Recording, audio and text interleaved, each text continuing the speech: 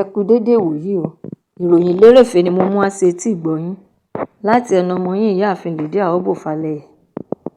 Iléeṣẹ́ tí ọkọ̀ òfurufú Nigeria Civil Aviation Authority ní àwọn aláṣẹ iléeṣẹ́ náà ti yànnàná ipa tiwọn nínú ìṣẹ̀lẹ̀ méjì tí àwọn èrò inú ọkọ̀ bàálù tó wáyé lẹ́nu lọ́ọ́lọ́ yìí wípé kì í ṣe àwọn ló fi ẹ̀sùn kan omidan Comfort Emerson bí kò ṣe iléeṣẹ́ ọkọ̀ òfurufú tí ó wọ̀ èyí tí orúkọ rẹ̀ jẹ́ Ìbọn Airline.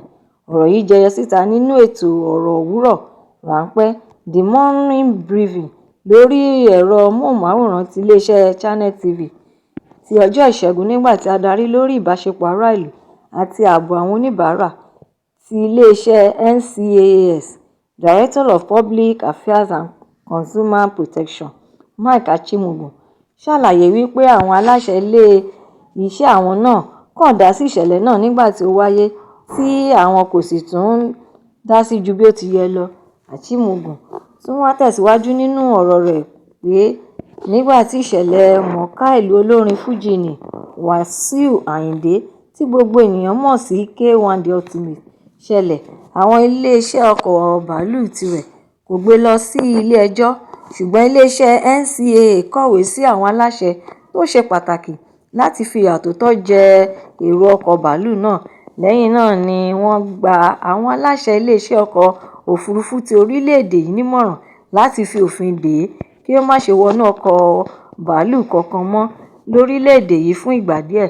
Ṣùgbọ́n ní ti ọkọ̀ bàálù Ìbọn Air, nítorí èrò inú bàálù ti bá àwọn òṣìṣẹ́ náà jà, ṣe ni òṣìṣẹ́ tí ọ̀rọ̀ náà kàn yára tètè lo ẹ̀tọ́ rẹ̀ láti gbé ọ̀rọ̀ náà lọ sí ilé ẹjọ́, àti pé bóyá àwọn iléeṣẹ́ ọkọ̀ òfurufú náà rí wípé wọ́n ń bá òṣìṣẹ́ àwọn náà jà ni ó jẹ́ kí wọ́n tètè gbé lọ sí ilé ẹjọ́.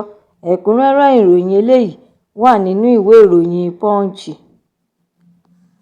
Àwọn ọ̀dọ́ láti Ukalla Uzi-Ebu àti àwọn agbègbè ìlú bíi ìjọba ìbílẹ̀ Oshimili, apá àríwá àti Aniocha àríwá ní ìpínlẹ̀ Delta ní ọjọ́ Ìṣẹ́gun ni wọ́n ṣe ìwọ́de ohun ìfẹ̀hónúhàn láti àdúgbò agbègbè Asaba lọ dé ibi ilé ìjọba láti lọ ṣe àfihàn ẹ̀dùn ọkàn wọn lórí bí wọ́n ti ṣe gbàgbé òpópónà ti Ukalla Uzi-Ebu náà tí wọn kò sì tún kọbi ara sí láti jẹ́ kí ó di ṣíṣe. Oríṣiríṣi ọ̀rọ̀ àkọlé tí ó wà nínú ìwé ńlá tí wọ́n gbé lọ́wọ́ bíi wípé Gómìnà Sheriff Oborevwori tún ọ̀nà wa ṣe o, ṣe ni à ń pàdánù owó tó tó mílíọ̀nù náírà, wọ́n tún dènà àwọn láti dé ẹnubodè ilé ìjọba. Àwọn akọ̀ròyìn iléeṣẹ́ Punch ṣe àkíyèsí wípé àwọn elétò ààbò ti dínà mọ́ àwọn tí wọ́n ṣe ìwọ́de náà níbi ìkóríta èyí tí gbogbo ènìyàn mọ̀, ṣùgbọ́n agbẹnusọ fún àwọn ọ̀dọ́ náà, Ọ̀gbẹ́ni Henry Mojume ṣàlàyé wípé fún ọ̀pọ̀lọpọ̀ ọdún ni àwọn olùgbé àti ènìyàn agbègbè Ukalla, Okute, Eze-Ebu, Okuna ti jìyà lórí ọ̀nà tí kò dára yìí nítorí wípé ojú ọ̀nà yìí ló so àwọn ènìyàn papọ̀ pẹ̀lú ọjà, ilé-ìwé, ilé-ìwòsàn àti àwọn ohun amáyédẹrùn mìíràn bẹ́ẹ̀ bẹ́ẹ̀ lọ ní ìpínlẹ̀ Delta. Ó tún wá ṣe àfikún ọ̀rọ̀ rẹ̀ wípé àwọn àgbẹ̀ kò lè gbé ẹrù oko wọn lọ sí inú ìgboro pẹ̀lú ìrọ̀rùn nítorí pé kí wọ́n tó dé ibi tí wọ́n ń lọ, ọ̀pọ̀lọpọ̀ ẹrù oko náà ni yóò ti bàjẹ́, dànù, ṣòfò àti bẹ́ẹ̀ bẹ́ẹ̀ lọ. Ó tún wá fi kún ọ̀rọ̀ rẹ̀ wípé àìdá ọ̀nà náà ti fún àwọn ọ̀daràn láàyè láti máa pitú ọwọ́ wọn. Ẹ̀kúnrẹ́rẹ́ ìròyìn eléyìí náà wà nínú ìwé ìròyìn Punch bákan náà. Ajàfúnẹ̀tọ́ ọmọnìyàn Ọmọyẹlé Sowore ní ọjọ́ Ìṣẹ́gun ló ti kó àwọn ènìyàn sódì lọ sí ìwọ́de sí olú ìlú ilé ńlá ti àwọn agùnbánirọ̀ Headquarters of the National Youth Service Corps (NYSC) ní ìlú Àbújá, tí wọ́n sì ń kìlọ̀ fún àjọ NYSC láti tètè fi ìwé-ẹ̀rí agùnbánirọ̀ Omidan Ucherita Ugwumaye sílẹ̀ ní kíákíá, èyí tí wọ́n dènà rẹ̀.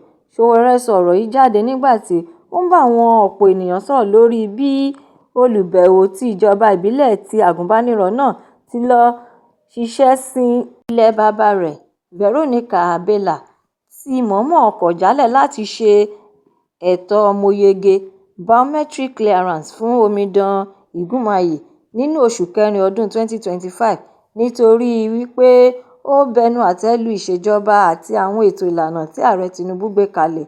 Gẹ́gẹ́ bí ohun tí agbẹjọ́rò náà sọ ni pé ìwé àkọsílẹ̀ fáìlì omidan agúnbánirọ̀ náà ni wọ́n kọ̀ jálẹ̀ láti gbé síta láì nídìí kan pàtó tí wọn kò sì jẹ́ kí ó sọ̀rọ̀ tàbí gbọ́ kí wọ́n tó fi kún iye ọjọ́ tí ó yẹ kí ó fi sin ilẹ̀ baba rẹ̀.